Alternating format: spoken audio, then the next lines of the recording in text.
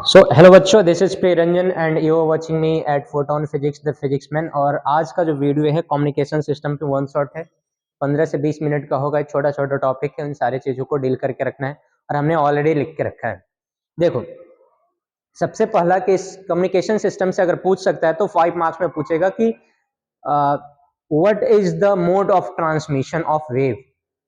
तरंग संचरण के कितने तरीके हैं।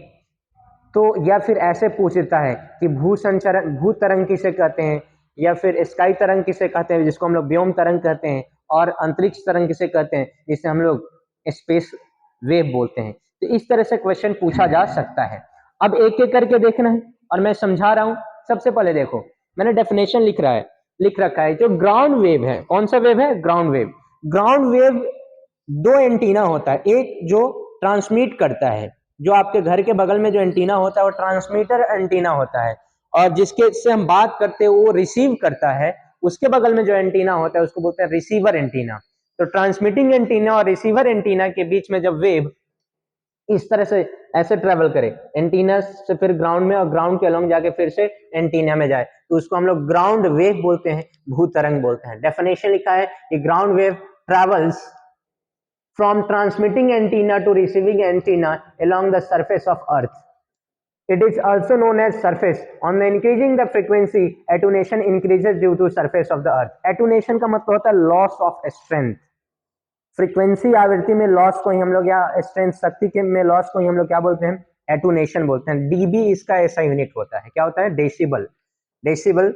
तो ये क्या होता है? फ्रीक्वेंसी बढ़ाते हैं तो ये क्या होता है? लॉस करता है। और फ्यू मेगाहर्ट्ज मतलब 1-2 मेगाहर्ट्ज का इसका आवृत्ति रेंज होता है। हिंदी में बोले तो वैसी तरंगे जिनका संचरण संग्राहक एंटीना तक पृथ्वी के सतह के अनुदिश होता है उसे भूतरंग कहते हैं। आवृत्ति बढ़ाने पर संकेत की हानि होती है, मतलब एटूनेशन होता है, क्योंकि पृथ्वी की सतह का ऊर्जा ग्रहण करती है। इसकी आवृत्ति कुछ मेगाहर्ट्ज तक होती है। तो ये, उसके बाद आपको क्या लिखना है? नेक्स्ट लिखना है स्काई वेव, जिसको हम लोग बोलते हैं व्योम तरंग। This type of wave first travel from transmitting antenna to sky. सबसे पहले क्या होता है? ये ऊपर की तरफ जाता है, और स्काई में, आसमान में अलग अलग लेयर होता है, जिसमें पहला एक लेयर होता है, उस लेयर को हम लोग बोलते हैं आयनोस्फेयर, हिंदी में बोलते हैं आयन मंडल। तो आयनोस्फेयर से टकराता है, फिर से वापस बाउंस बैक कर देता है, वापस आ जाता है। तो इस तरह के वेव को, इस तरह के तरंग को हम लोग स्काई वेव या व्योम तरंग कहते हैं। और इसका जो आवृत्ति होता है 2 मेगाहर्ट्ज से 30 मेगाहर्ट्ज तक होता है। लिखा हुआ this type of wave first travel from transmitted antenna to sky, then they reflected by the ionosphere and received by the receiver antenna. Its frequency range is 2 megahertz to 30 megahertz. तो आपने देखा कि तरंग की इस प्रकार का संचरण पहले संचरित एंटीना से आसमान में होता है, और फिर आसमान से प्रवर्तन, आसमान में कौन सा मंडल? तो आयन मंडल से परिवर्तित हो जाता है और पुनः धरती पर वापस संग्राहक एंटीना के पास पहुंचता है। इसकी आवृत्ति 2 मेगाहर्ट्ज से 30 मेगाहर्ट्ज तक होती है। इसके बाद तीसरा, और सबका संचलन एक बार बता देंगे, डायग्राम समझा देंगे, अगर कॉमन सेंस होगा 2 मिनट में तुम निपटा दोगे। स्पेस वेव, अंतरिक्ष तरंगे।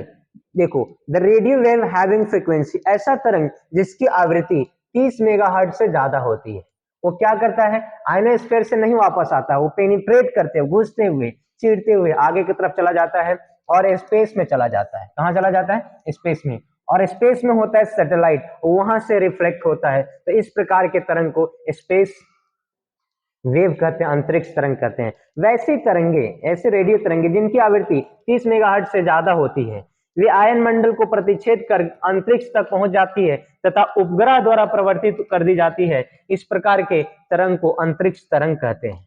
और समझने के लिए ये डायग्राम लास्ट में भी बना लीजिएगा। 5 मार्क्स में अगर पूछेगा तो, 2 मार्क्स में पूछेगा तब भी बना लीजिएगा, कोई फर्क नहीं पड़ता है।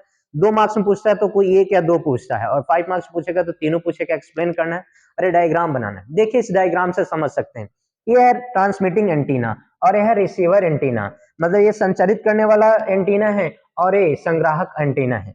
इससे व्हाइट, सबसे पहले ये इस कलर का जो एंटीना है ऐसे चलेगा ग्राउंड पर, और फिर ग्राउंड के सहारे जाएगा, फिर इस रिसीवर एंटीना तक पहुंचेगा। इस तरह के तरंग को हम लोग बोलते हैं ground wave. A few megahertz मतलब 1 मेगाहर्ट्ज से लेके 2 मेगाहर्ट्ज तक इसका आवृत्ति होता है। देखो, मेगाहर्ट्ज आवृत्ति मतलब एनर्जी को बता रहा है। इसके बाद स्काई वेव का एनर्जी थोड़ा सा बढ़ता है, उसका 2 से 30 मेगाहर्ट्ज होता है, और ये आयनोस्फीयर आयन मंडल से टकरा के फिर से वापस स्पेस गया व्हाइट वाला, और किससे टकराया, आयन मंडल से वापस आ गया, और कुछ तरंगे आयन मंडल को भी प्रतिच्छेद करते हुए स्पेस में चली गई, और यहाँ पर है सैटेलाइट, इस सैटेलाइट से टकराकर वापस आई, तो इसको हम लोग बोलते हैं स्पेस वेव।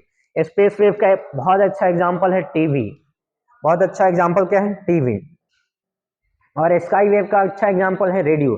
देखते होंगे कि रेडियो, देखो टीवी, अगर आसमान खराब हो तो टीवी में कुछ नहीं होता, झिलझिलाता उजलाता नहीं है कि गायब हो गया, दिस हो गया, दैट हो गया, नहीं, वो सैटेलाइट से कनेक्टेड होता है। लेकिन रेडियो, अगर आसमान खराब हो, कहीं बिजली कड़क रही है, तो रेडियो कर कर कर कर करता था, मतलब रेडियो का जो है वो इसी आयन स्काई वेव है, जबकि टीवी वाला कौन सा वेव है, तो स्पेस वेव है। और ग्राउंड वाला वेव, हम लोग टेलीफोनिंग वाला वेव जो यूज करते हैं, ग्राउंड वाला वेव होता है, बहुत कम एनर्जी होता है, सबसे कम, उससे ज्यादा, और सबसे ज्यादा। अब इसमें इस वन शॉट में जो हम लोग वन शॉट दे रहे हैं कम्युनिकेशन सिस्टम पे, ऐसे हमने आपको पीडीएफ फॉर्मेट में सब कुछ लिख के भेजा था, और आपने अगर नहीं देखा होगा, मैं फिर से दोबारा आपके ग्रुप में भेजूंगा, और फिर से आप रिवाइज कर लोगे, रिकॉल कर लोगे, 2 3 4 नंबर आराम से आ जाता है इससे, है ना। तो इस और बहुत आसान होता है, टफ नहीं होता है। मॉडुलन, मॉड्यूलेशन किसे कहते हैं, the superposition of low frequency signal और इंफॉर्मेशन विथ हाई फ्रीक्वेंसी और energy carrier wave is known as modulation.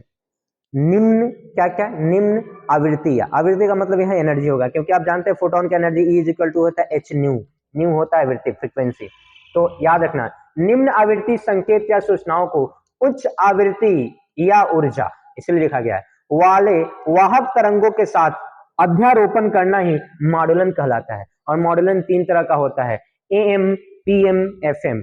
M बोले तो आयाम मॉडुलन, एम्पलीट्यूड मॉड्यूलेशन, हिंदी में बोलते हैं आयाम मॉडुलन। अगर आपसे पूछा जाए कि आयाम मॉडुलन किसे कहते हैं, तो सिंपल भाषा में कहिएगा कि ऐसा मॉडुलन जिसमें कैरियर मतलब वाहक तरंग का आयाम सिग्नल आयाम के अनुसार बदले तो क्या होगा, एम। अगर वाहक तरंग का आयाम सिग्नल के फेज के अनुसार बदले तो पीएम होगा, और वाहक तरंग का आयाम अगर सिग्नल के या फिर संकेत के फ्रीक्वेंसी के अनुसार बदले तो एफएम होगा। और ये 3 तरह का होता है। तो अगर आपसे पूछ दे कि what is am, amplitude modulation क्या है, तो आप सिंपल भाषा में क्या बताइएगा कि ऐसा मॉड्यूलेशन जिसमें वाहक तरंग का आयाम संकेत के आयाम के अनुसार बदलता है, उसको हम लोग क्या बोलेंगे, आयाम मॉड्यूलेशन है, एम्पलीट्यूड मॉड्यूलेशन। फिर उसी तरह से पीएम और एफएम, पी मतलब फेज और एफ मतलब फ्रीक्वेंसी। इंग्लिश मीडियम वालों के लिए लिखा हुआ है the amplitude of carrier wave varied with amplitude of signal और then it is known as amplitude modulation. कभी कभी पूछ देता है व्हाट इज एम्पलीफिकेशन, तो याद रखना एम्पलीफिकेशन का मतलब होता है एम्पलीट्यूड बढ़ाना, आयाम को बढ़ाने की प्रक्रिया को हम लोग क्या नाम देते हैं, एम्पलीफिकेशन। चलिए, तो ये हो गया। इसके बाद छोटा मोटा चीज पूछता है कि मॉड्यूलेशन इंडेक्स क्या है, ये ऑब्जेक्टिव में आता है फॉर्मूला, तो याद रखना मॉड्यूलेशन इंडेक्स का मॉडुलन सूचकांक बोलते हैं, फॉर्मूला याद रखना है, साथ साथ इस पे डेटा दे देगा तो आराम से कर लोगे। ए मैक्स माइनस ए मीन अपॉन ए मैक्स प्लस ए मीन को ही हम लोग क्या बोलते हैं, मॉड्यूलेशन इंडेक्स, मॉडुलन सूचकांक। मोडेम क्या कहा जाता है, मोडेम याद रखना, मोडेम एक ऐसा डिवाइस है जो मॉड्यूलेशन और डीमॉड्यूलेशन दोनों करता है, मॉड्यूलेशन भी करता है और डीमॉड्यूलेशन। हम उसमें सिम लगा के कंप्यूटर में इंटरनेट चलाते थे, लेकिन आपको रियल में पता नहीं था कि मॉड्यूलेशन और डीमॉड्यूलेशन की कहानी है। किसकी कहानी है, मॉड्यूलेशन एंड डीमॉड्यूलेशन की। चलो बहुत अच्छी बात है, फिर हम लोग आगे बढ़ेंगे।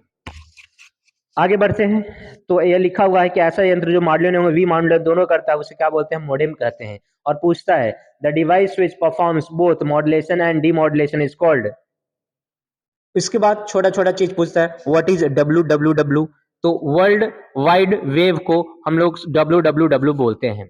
तो अच्छा इंग्लिश है तो इंग्लिश का ही हिंदी लिखना, वर्ल्ड वाइड वेव, ऐसा नहीं इंग्लिश का है संसार चौड़ा तरंग, नहीं ऐसा कुछ नहीं लिखना है, क्या लिखना है, वर्ल्ड वाइड वेव ही लिखना है। ठीक, चलो ठीक। उसी तरह अगर पूछ दे कि इंटरनेट किसे कहते हैं, तो इंटरनेट एक ऐसा माध्यम है जो संसार में उपस्थित बहुत सारे कंप्यूटर को एक ही समय में एक साथ कनेक्ट करता है, जोड़ता है, उसे हम लोग क्या बोलते हैं, इंटरनेट। और इंटरनेट का हिंदी भी इंटरनेट ही होता है।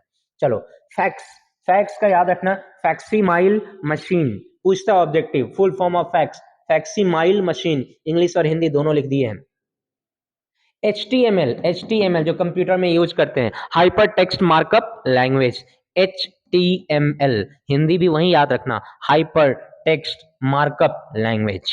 ईमेल किसे कहते हैं, बहुत यूज करते हो, इलेक्ट्रॉनिक मेल को ईमेल कहा जाता है और ये चिट्ठी होता है, क्या होता है, चिट्ठी। फिर आपसे पूछा जाए बहुत चैट कर रहा है, चैट किसे कहते हैं, तो रियल टाइम कन्वर्सेशन या conversation of people having same interest, समान विचारधारा या समान विचारधारा को रखने वाले लोगों के बीच वास्तविक समय में जो सूचनाओं का आदान प्रदान होता है उसे ही हम लोग क्या बोलते हैं, चैट। क्या बोलते हैं, चैट। पूछ दे ई कॉमर्स किसे कहते हैं, भाई फ्लिपकार्ट ई कॉमर्स है, अमेजन ई कॉमर्स है। अपने बिजनेस व्यापार का इंटरनेट के थ्रू प्रचार करना या बेचना क्या कहलाता है, ई कॉमर्स कहलाता है।